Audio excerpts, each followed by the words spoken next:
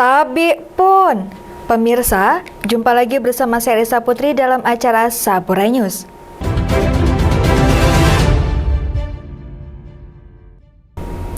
Pengadilan Negeri Kelas 1 Tanjung Karang menolak permohonan pemohon atas nama Nyonya Ratnawati Amir dan kawan-kawan atas termohon Yayasan Pendidikan Saburai. Pengadilan Negeri atau PN Kelas 1 Tanjung Karang menolak permohonan pemohon atas nama Nyonya Rahmawati Amir, Gustaf Gautama, dan Raditya Husin atas termohon Yayasan Pendidikan Saburai. Hakim PN Tanjung Karang Dedi Wijaya dalam pertimbangannya berpendapat bahwa gugatan para pemohon tidak memenuhi syarat formal mengenai gugatan error in persona. Maka permohonan pemohon harus dinyatakan tidak dapat diterima. Karena permohonan para pemohon tidak dapat diterima, maka para pemohon harus dihukum untuk membayar biaya perkara sejumlah Rp615.000. Hakim juga dalam pertimbangannya menyebutkan bahwa konstruksi yuridis para pemohon tidak tersusun secara jelas mengenai legal standing para pemohon selaku pihak ketiga yang berkepentingan sebagaimana diatur dalam pasal 53 ayat 2 Undang-Undang Nomor 16 Tahun 2001 tentang yayasan dan juga legal reason para pemohon untuk masing-masing audit dikaitkan dengan perbuatan para termohon sehingga absurd libel. Kuasa Hukum Yayasan Pendidikan Saburai, Holdin Semahen SH.MH menyatakan bersyukur atas putusan PN Tanjung Karang tersebut. Hakim telah memutuskan dengan benar dan adil, ujarnya. Menurut Holdin, dari awal pihaknya sudah mempermasalahkan legal standing para pemohon atas dasar hukum dan kedudukan hukum serta kepentingan yang mana sehingga para pemohon meminta audit terhadap YPS. Holdin menambahkan dengan putusan PN Tanjung Karang tersebut semakin menguatkan bahwa semua persoalan hukum yang menyangkut Yayasan Pendidikan Saburai telah selesai dan sah menurut hukum. Dari Bandar Lampung, tim redaksi Saburai TV melaporkan. Pemirsa, sejumlah peserta peringatan Hari Anak Nasional tampilkan karya dan asik ikuti kegiatan permainan edukatif. Pemerintah daerah menjamin tak membedakan akses bagi setiap anak di Kota Metro. Wali Kota Metro Bambang Iman Santoso menyebut tak ada pembedaan akses bagi setiap anak di Bumi Saiwawai. Pernyataan itu disampaikan usai menghadiri peringatan ke-41 Hari Anak Nasional 2025 yang digelar di SD Cahaya Bangsa Kamis pagi. Wali Kota Metro Bambang mendukung program Indonesia Emas 2025 dan meminta tak boleh ada diskriminasi bagi setiap anak dalam memperoleh setiap fasilitas pelayanan, mengingat Kota Metro berpredikat Kota Ramah Anak. Pemerintah bakal mengkampanyekan serta memfasilitasi setiap keterampilan maupun karya yang dihasilkan anak. Kegiatan bertajuk Anak Hebat, Generasi Indonesia Kuat menampilkan karya dan keseruan anak saat mengikuti permainan edukatif. Kita di puncak Hari Anak Nasional ini mendapatkan satu suguhan yang sangat luar biasa, penampilan dari anak-anak Indonesia hebat yang disuguhkan oleh Sekolah Cahaya Bangsa.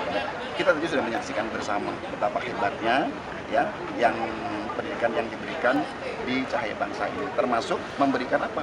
Memberikan pendidikan anak-anak yang memiliki kekurangan secara fisik aja. Kita lihat tadi penampilannya sangat luar biasa. Mudah-mudahan ke depan benar-benar menjadi harapan apa yang disampaikan Pak Presiden kita, anak-anak Indonesia memang anak-anak hebat yang akan menyongsong Indonesia Emas tahun 2045. Ya. Dari Kota Metro, redaksi Saburai TV melaporkan. Kita beralih. Pemerintah Kota Bandar Lampung menggelar Karnaval Budaya Tari Ngigel sebagai upaya melestarikan adat dan menguatkan identitas lokal. Pemerintah Kota Bandar Lampung menggelar Karnaval Budaya Tari Ngigel sebagai upaya melestarikan adat dan menguatkan identitas lokal. Acara yang digelar di area Tugu Adipura ini mendapat sambutan hangat dari masyarakat, termasuk generasi milenial yang diajak untuk mengenal sejarah dan kekayaan budaya Lampung. Wali Kota Bandar Lampung Eva Dwiana mengatakan bahwa gelaran budaya ini menjadi bagian dari perayaan HUT Kota sekaligus ajak memperkuat identitas daerah. Tari Ngigel merupakan salah satu warisan budaya adat Lampung yang mencerminkan kekayaan nilai-nilai tradisional. Tari Ngigel merupakan gerakan tari tradisional Lampung yang sederhana namun penuh makna. Dalam karnaval ini, ribuan peserta termasuk wali kota dan unsur Forkopimda turut menari bersama diiringi musik tradisional Lampung. Sebelumnya, Pemkot juga telah menorehkan prestasi dengan membuat skubal terbesar dan meraih rekor muri sebagai bagian dari upaya melestarikan kuliner khas Lampung. Karnaval Tari Ngigel melibatkan berbagai elemen masyarakat, mulai dari Forkopimda, OPD, keturunan marga Balau Kedamaian, tokoh adat, tokoh agama, hingga warga umum. Pertama, kita supaya anak-anak milenial, Gen Z, semua tahu bahwa sejarah kita ini melalui nenek moyang kita. Dan dengan adanya Begawi Bandar Lampung, berangkaian-rangkaian, si kubal makanan Lampung, sekarang Ngigel, dulu kita rudat, kita mengerti lagi macamnya.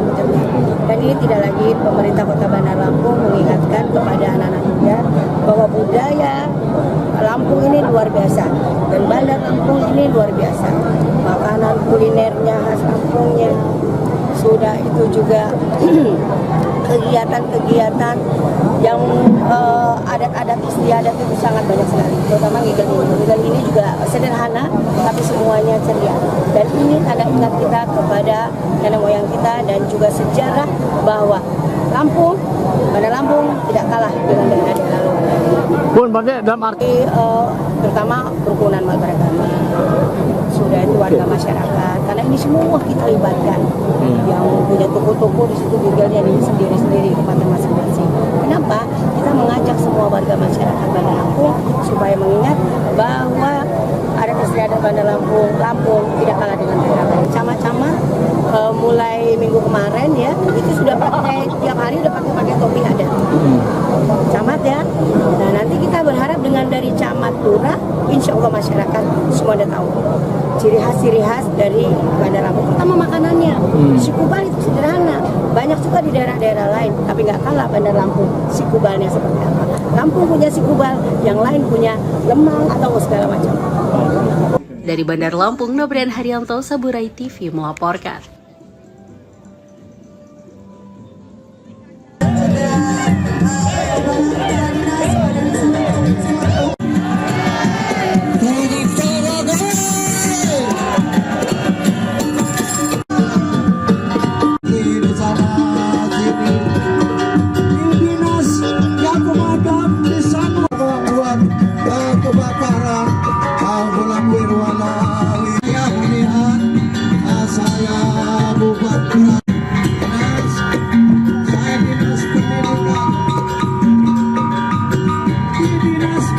Ibu Neti.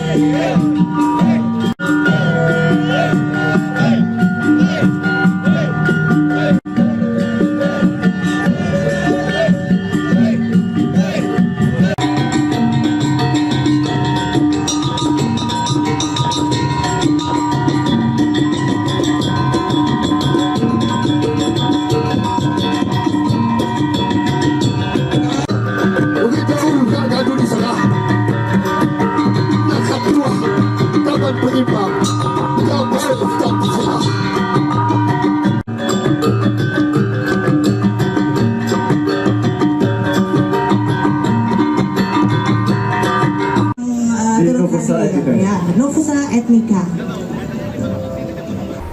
Berita selanjutnya, kebakaran terjadi di sebuah ruko yang menjual kosmetik di Jalan Es Parman, Kelurahan Palapa, Kecamatan Tanjung Karang Pusat. kebakaran terjadi di sebuah ruko yang menjual kosmetik di Jalan Es Parman, Kelurahan Palapa, Kecamatan Tanjung Karang Pusat pada Senin malam. Kebakaran tersebut pertama kali dilaporkan oleh warga pada pukul 23.58 waktu Indonesia bagian Barat dan langsung ditanggapi oleh Mako Tendean dengan menggunakan satu mobil suplai 022 bersama 6 personil. Unit pemadam sampai di lokasi 1 menit kemudian pada pukul 23.59 waktu Indonesia bagian Barat. Proses pemadaman berlangsung hingga pukul 00.20 waktu Indonesia bagian Barat dan menghabiskan 1 tangki air. Ruko milik Ibu Taituna yang disewa oleh Ibu Aprilia Pageto terbakar pada bagian dalam seluas 4 x 4 meter persegi. Berdasarkan keterangan penyewa, kebakaran diduga akibat korsleting listrik yang memicu api dari kipas angin dan menyebar ke berbagai barang di dalam ruko. Ya, jadi tadi malam sekitar pukul 23.58 dini hari kita dari Damkar menerima laporan terjadi kebakaran di Jalan Es Parman, Kelurahan Palapa, Kecamatan Tanjung Karang Pusat. Dari Dinas Damkar menerjunkan satu unit kendaraan armada pemadam kebakaran untuk melakukan pemadaman di lokasi. Untuk bangunan yang terbakar ini adalah ruko, kemudian yang terbakar ini didominasi oleh perabotan dan sosistem. Untuk dugaan sementara berdasarkan keterangan saksi mata, api diduga berasal dari korsleting listrik yang terjadi pada colokan kipas angin, kemudian menyambar ke perabotan yang ada di dalam ruko tersebut. Untuk taksiran kerugian berdasarkan keterangan pemilik kurang lebih sekitar 25 juta rupiah. Alhamdulillah pada pukul hampir setengah 1 malam, artinya kurang lebih 20 menit api berhasil kita padamkan. Tetapi untuk dugaan kepastian penyebab kebakaran ini masih dalam penyelidikan pihak berwajib. Bandar Lampung, Noprian Haryanto, Saburai TV melaporkan. Sementara itu, Wali Kota Metro, Bambang Iman Santoso sebut program makan bergizi gratis bakal digulirkan secara bertahap. Pemerintah mendorong percepatan pemerataan program di seluruh kecamatan di Kota Metro. Program makan bergizi gratis atau MBG, pemerintah pusat bakal gulirkan secara bertahap dengan menyasar satuan pendidikan, mulai dari jenjang TK, SD, SMP, SMA sederajat hingga pondok pesantren. Program MBG didistribusikan lewat Dapur Umum Satuan Pelayanan Pemenuhan Gizi atau SPPG Kota Metro, termasuk setelah dirilisnya Dapur Umum di Jalan Raya Stadion nomor 133 Tejosari, Metro Timur. Hari pertama total distribusi sebanyak 2.448 porsi, menu terdiri dari nasi, lauk, sayur, dan buah. Berdasarkan petunjuk teknis pemerintah pusat, satu dapur MBG maksimal memproduksi 4.000 porsi per hari dengan ketentuan 10% dialokasikan untuk bayi, balita, dan lansia. Wali Kota Metro, Bambang Iman Santoso menyebut program inisiatif nasional menjadi upaya menekan stunting, memperbaiki gizi masyarakat, dan pemenuhan akses makanan sehat bagi kelompok rentan. Hari ini bersyukur, hari ini juga merasa bangga dan bahagia dengan adanya launching tambahan dapur bergizi sehat program MBG yang digagas oleh Pak Presiden kita, Pak Prabowo Subianto. Tentunya kalaupun kita melihat beberapa dapur sehat yang sudah di-launching di Kota Metro ini, lambat laun juga akan betul-betul memenuhi kebutuhan dari apa yang diinginkan oleh pemerintah, bahwasanya semua sekolah atau misalkan bahkan bukan hanya anak-anak sekolah saja, anak-anak yang di bawah pendidikan saja, tetapi juga ada ibu hamil, ibu menyusui, lansia, balita, dan tadi kita juga sudah saksikan bersama ternyata kebutuhan-kebutuhan itu juga dipenuhi oleh SPPG yang barusan kita launching ini, dan kita saksikan bersama tadi anak-anak langsung kita saksikan makan bergizi sehatnya, dan kita sudah langsung melihat apa yang diberikan kepada anak-anak, dan semuanya itu insya Allah sudah memenuhi dari standar apa yang ditetapkan oleh pemerintah melalui Badan Gizi Nasional. Dari Kota Metro, tim redaksi Saburai TV melaporkan. Kuliner UMKM Hidden Gem yang terletak di Kuripan, Kota Bandar Lampung menjadi salah satu primadona baru bagi penikmat tekwan dan seblak di daerah Teluk dan sekitarnya. Tak lengkap rasanya kalau kita main ke Teluk Betung Barat mencicipi makanan khas yaitu tekwan yang ada di kedai Ma'ara. Kuliner UMKM Hidden Gem yang terletak di Kuripan, Kota Bandar Lampung menjadi salah satu primadona baru bagi penikmat tekwan dan seblak di daerah Teluk dan sekitarnya. Mau ini tekwan tulangnya satu, seblaknya satu, modelnya satu. Oke, pakai tulang semua. Yang tekwan tulangnya aja. Cukup mengeluarkan duit Rp10.000, pengunjung bisa menikmatinya dengan porsi yang besar dan mengenyangkan. Dengan porsi yang sebanyak ini, kita bisa membelinya dengan harga mulai dari Rp10.000 sampai Rp15.000. Contohnya nih, seperti model, seblak, dan tekwan. Yang sebanyak ini sangat worth it ya guys, cobain ya.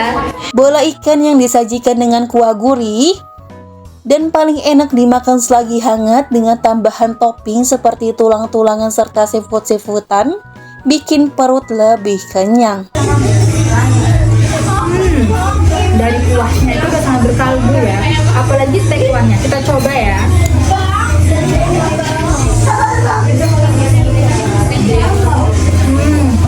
Teksturnya tuh lembut, kenyal, dan sedikit kayak dengan tuh agak tebal dikit ya.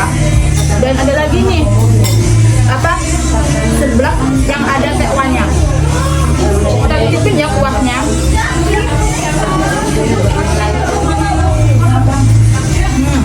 Kuahnya itu bercampur antara kaldu tekwan dan seblaknya itu menjadi satu dan sangat mantap.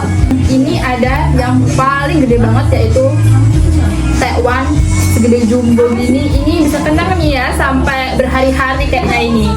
Buka setiap hari mulai pukul 3 sore hingga habis. Para pembeli disarankan datang lebih awal karena menu hidden gem sering habis dalam waktu singkat. Kak Tia ini buka usaha tekwan ini udah berapa lama? Dari tahun 2019. Terus harganya mulai dari berapa, Kak? Harganya mulai dari 10.000 untuk tekwan tulang. Kalau untuk seblak lengkap itu 15.000, ada model juga 15.000. Ada boci, kalau bakso aci biasa itu 10.000.